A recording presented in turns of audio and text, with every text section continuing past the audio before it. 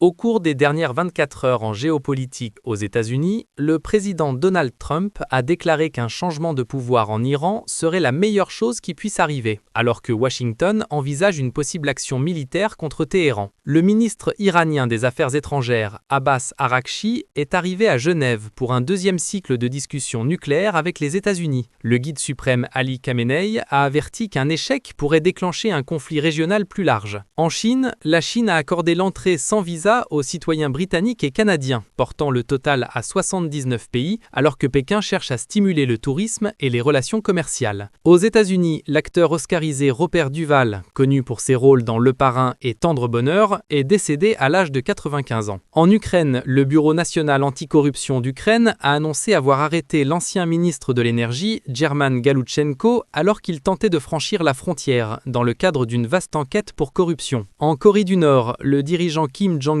a inauguré une nouvelle rue résidentielle destinée aux familles des soldats tués en combattant dans la guerre de la Russie en Ukraine. En Israël, le gouvernement israélien a approuvé un plan visant à lancer l'enregistrement des terres en Cisjordanie occupée, ce qui pourrait permettre aux autorités de saisir des terres appartenant à des Palestiniens incapables de prouver leur propriété. En Hongrie, le secrétaire d'État américain Marco Rubio a exprimé son soutien au Premier ministre hongrois Viktor Orban alors que celui-ci brigue un 5e mandat consécutif. En Pakistan, une bombe placée sur une moto a explosé près d'un poste de police dans le nord-ouest du pays, tuant au moins 2 personnes, dont un enfant. En Ukraine et en Russie, des responsables ukrainiens dirigés par le chef du renseignement Kirill Boudanov se rendent à Genève pour un nouveau cycle de négociations visant à mettre fin à la guerre avec la Russie.